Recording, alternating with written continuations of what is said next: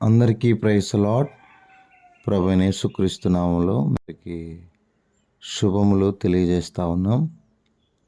ప్రియమైన దేవుని బిడ్డలారా, అందరు బాగున్నారా? మీ అందరి క్షేమం కొరకు చివరిలో ప్రార్థన చేస్తాం. కొంతమంది వివాహాల నిమిత్తం ప్రార్థించమన్నారు, కొంతమంది జాబ్స్ కొరకు, వారి ఆరోగ్యాల కొరకు ప్రార్థించమన్నారు. తప్పక దేవుడు మీకు సమస్తాన్ని అనుగ్రహించినట్లుగా ప్రార్థన చేస్తాం. రండి, యోబు గ్రంథము 5వ అధ్యాయము 19వ వచనాన్ని చివరి వర్డ్ చదువుతున్నాను. నీకు ఏ కీడును తగలదు, నీకు ఏ కీడును తగలదు. సియోను గీతాల్లో ఇలా పాట, అద్భుతమైన పాట ఉంది. మేము భయపాడము, ఇక మేము భయపాడము, ఏ కీడు రాదని యేసే చెప్పెను మాకు, ఏ కీడు రాదని యేసే చెప్పెను మాకు, మేము భయపాడము, ఇక మేము భయపాడము. దేవుని బిడ్డలారా, అంటే ఎన్ని బాధలు కలిగినను, ఎన్ని ఇబ్బందులు కలిగినను, ఎన్ని గాయములు కలిగినను తన ప్రజలైన వారికి ఏ కీడు తగలదు, అంటే ఏ అపాయము రాదు. నీతిమంతుని కలుగు ఆపదలు, అపాయములు ఎన్నో అంటే ఎన్నో అశుభాలు, ఎన్నో ప్రతికూల పరిస్థితులు, ఎన్నో ఇబ్బందులు క్రైస్తవ జీవితంలో ఉండవని చెప్పలేం, కానీ ఉంటాయి. అయితే నా ప్రియ దేవుని బిడ్డలారా, నీకు ఏ కీడు తగలదు అన్న విషయం మాత్రం దేవుని ప్రజల విషయంలో ఇది నిజం. దేవుని భక్తుల విషయంలో ఇది మాత్రం తప్పకుండా నిజమే.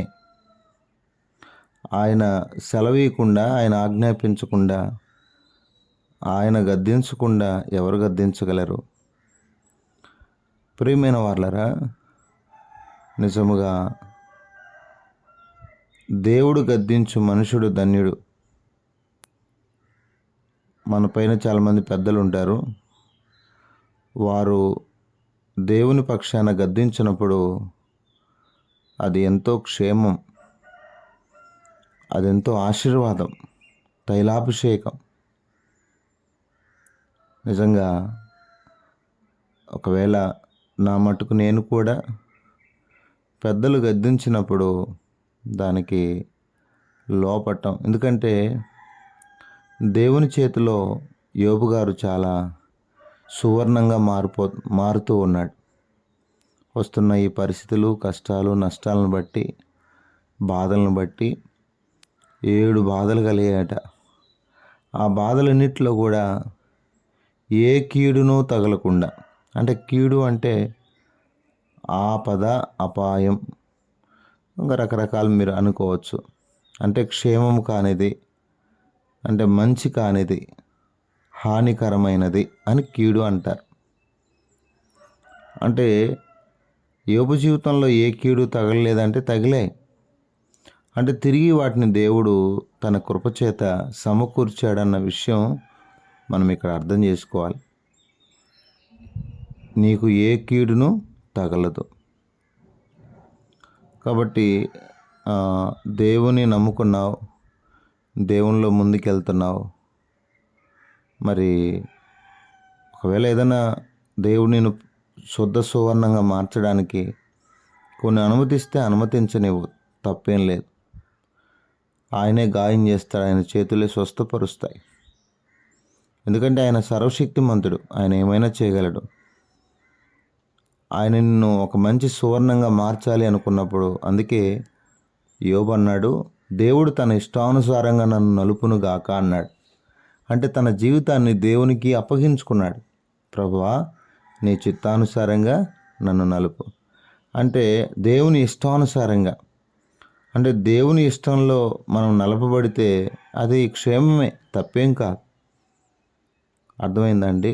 కనుక ఇక్కడ చూడండి, నీకు ఏ కీడును, ఎందుకంటే ఈ భూమి మీదకి మనము ఎందుకు వచ్చాము, ఎందుకు యేసుక్రీస్తులో పిలువబడ్డాము అంటే, నిజంగా బైబిల్ ఇచ్చే సమాధానం ఏంటంటే ఆశీర్వాదానికి పిలువబడ్డాం కానీ కీడు కాదు.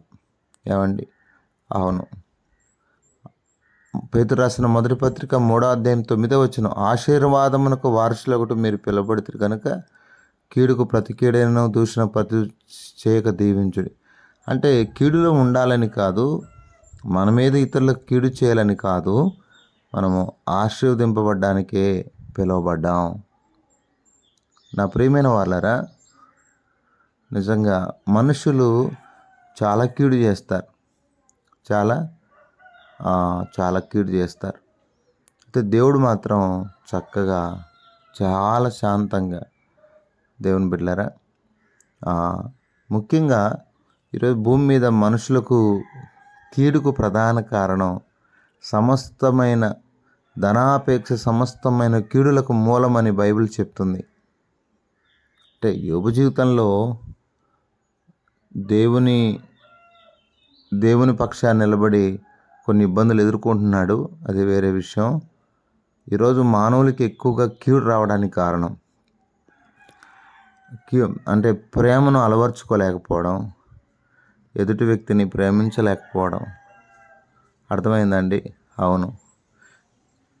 నిజంగా ఏదైతే ఇతరులు మనకు హాని చేస్తారో, మేలు చేత కీడును జయించాలని బైబిల్ చెప్తుంది.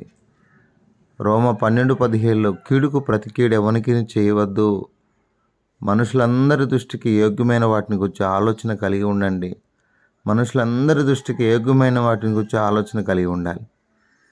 కీడుకు ప్రతి కీడు, శక్యమైతే సమస్త మనుషులతో సమాధానం కలిగి ఉండమని బైబిలు మనకు తెలియజేస్తుంది మిత్రులారా. కనుక జాగ్రత్త పడదాం ఈ భూమి మీద. ఎందుకంటే బైబిల్లో పౌలు అనే భక్తుడు ఉన్నాడు. ఆ భక్తుడు సంఘానికి, దేవునికి ఎంతో కీడు చేసినవాడు. అపోస్తల కార్యం 9:13లో, అందుకు అననీయ ప్రభువా, ఈ మనుషుడు యెరూషలేములో నీ పరిశుద్ధులకు ఎంతో కీడు చేసి ఉన్నాడు, అతని గూర్చి అనేకుల వల్ల వింటిని. ఎంతో కీడు చేసిన వాడు ఇప్పుడు దేవుని సేవకుడిగా మారడం అద్భుతం కదా. నిజంగా శక్యమైతే సమస్త మనుషుల కొరకు, అందుకే మిమ్మల్ని హింసించు వారి కొరకు ప్రార్థించమని బైబిల్ చెప్తూ ఉంది కదా. అవునండి. అలా చేయడం ద్వారా అనేకులు క్రీస్తు ప్రేమలోనికి వస్తారు. కీడు నుండి, శాపము నుండి, పాపము నుండి ప్రభువులోకి రావడానికి ఎంతో అవకాశం ఉంది మిత్రులారా. బైబిల్ ఏం చెప్తుందంటే, ఎక్కువ కీడు కలగకుండా ఉన్న, యోహాను సువార్త 5:14లో, మరి ఎక్కువ కీడు నీకు కలగకున్నట్లు ఇకను పాపము చేయకుమని చెప్పాడు. ఎక్కువ కీడు కలగకుండా ఉండాలి అంటే, ఎక్కువ కీడు కలగకుండా ఉండాలంటే మనం ఈ లోకంలో దేవునికి విరోధంగా పాపం చేయకూడదు. దేవునికి విరోధంగా ఈరోజు ఎక్కువ కీడు అనగా మేలు జరగకపోవడం, చెడు జరగడం, చెడు ఆలోచన కలిగి ఉంటాం, నష్టాలు జరగడం, అపాయాలు రావటం, ఇబ్బందులు రావటం కారణం పాపమే దీనికి కారణం.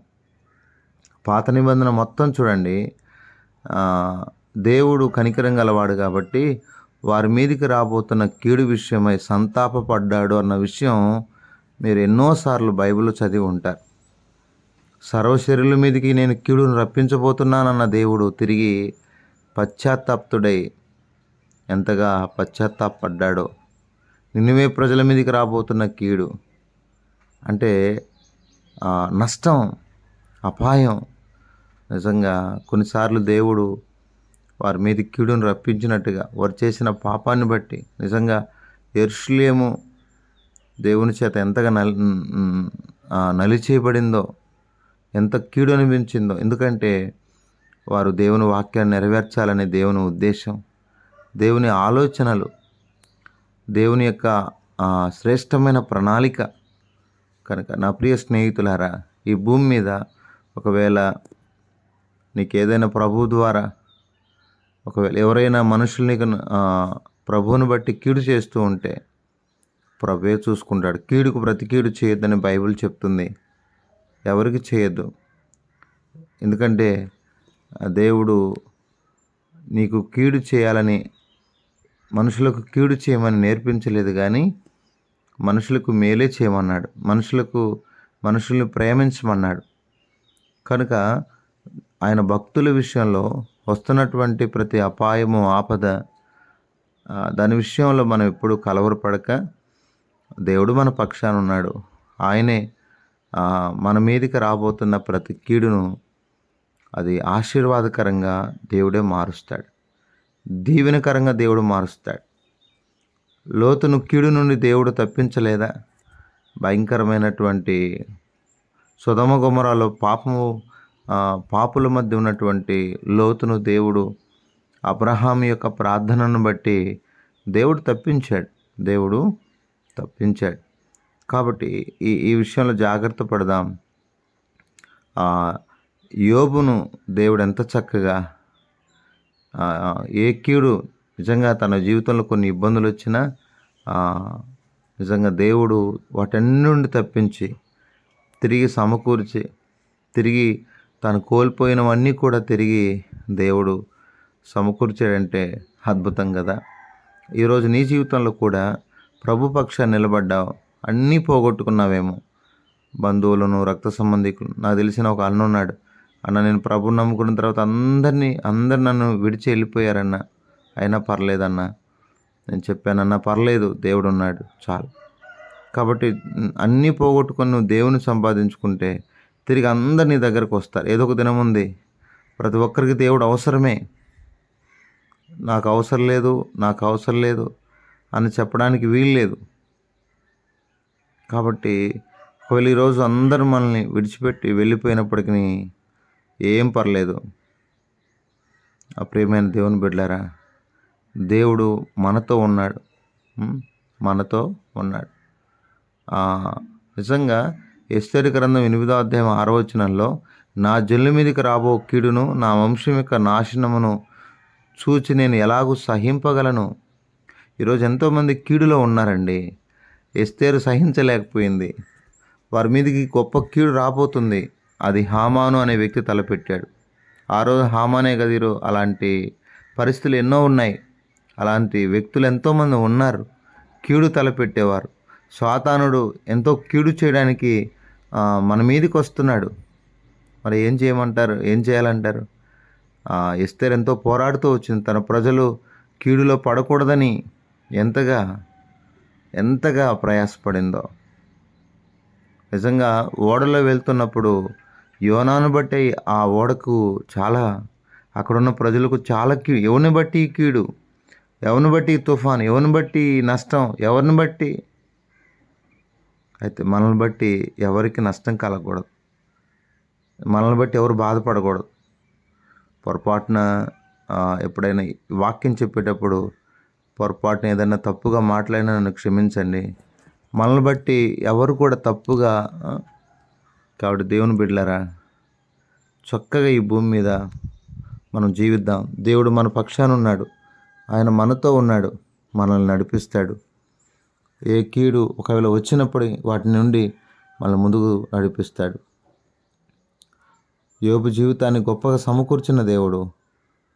మరి ఎస్తేరు ఆ కీడు విషయమై ఎంతో ఏడుస్తూ, ప్రలాపిస్తూ, మహాశోకముతో మరి మొర్దెకై అందరు కలిసి ప్రార్థించారు. కీడు నుండి ప్రజలు తప్పించబడ్డారు. ఈరోజు ఒకవేళ సాతానుడు నీకు ఎన్నో కీడులు చేయాలన్న ఆలోచన కలిగినా నీ చుట్టూ దేవుడు కంచె వేస్తాడు.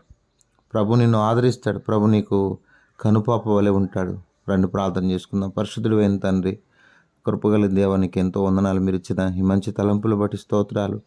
దగిలిన తండ్రి నాయన, మా మీదికి రాబోతున్న ఎన్నో కీడులు ప్రభువా, అవి మాకు తగలకుండా నీ ప్రజలైన వారిని నువ్వు కాపాడే దేవుడు తండ్రి, నీకు స్తోత్రాలు.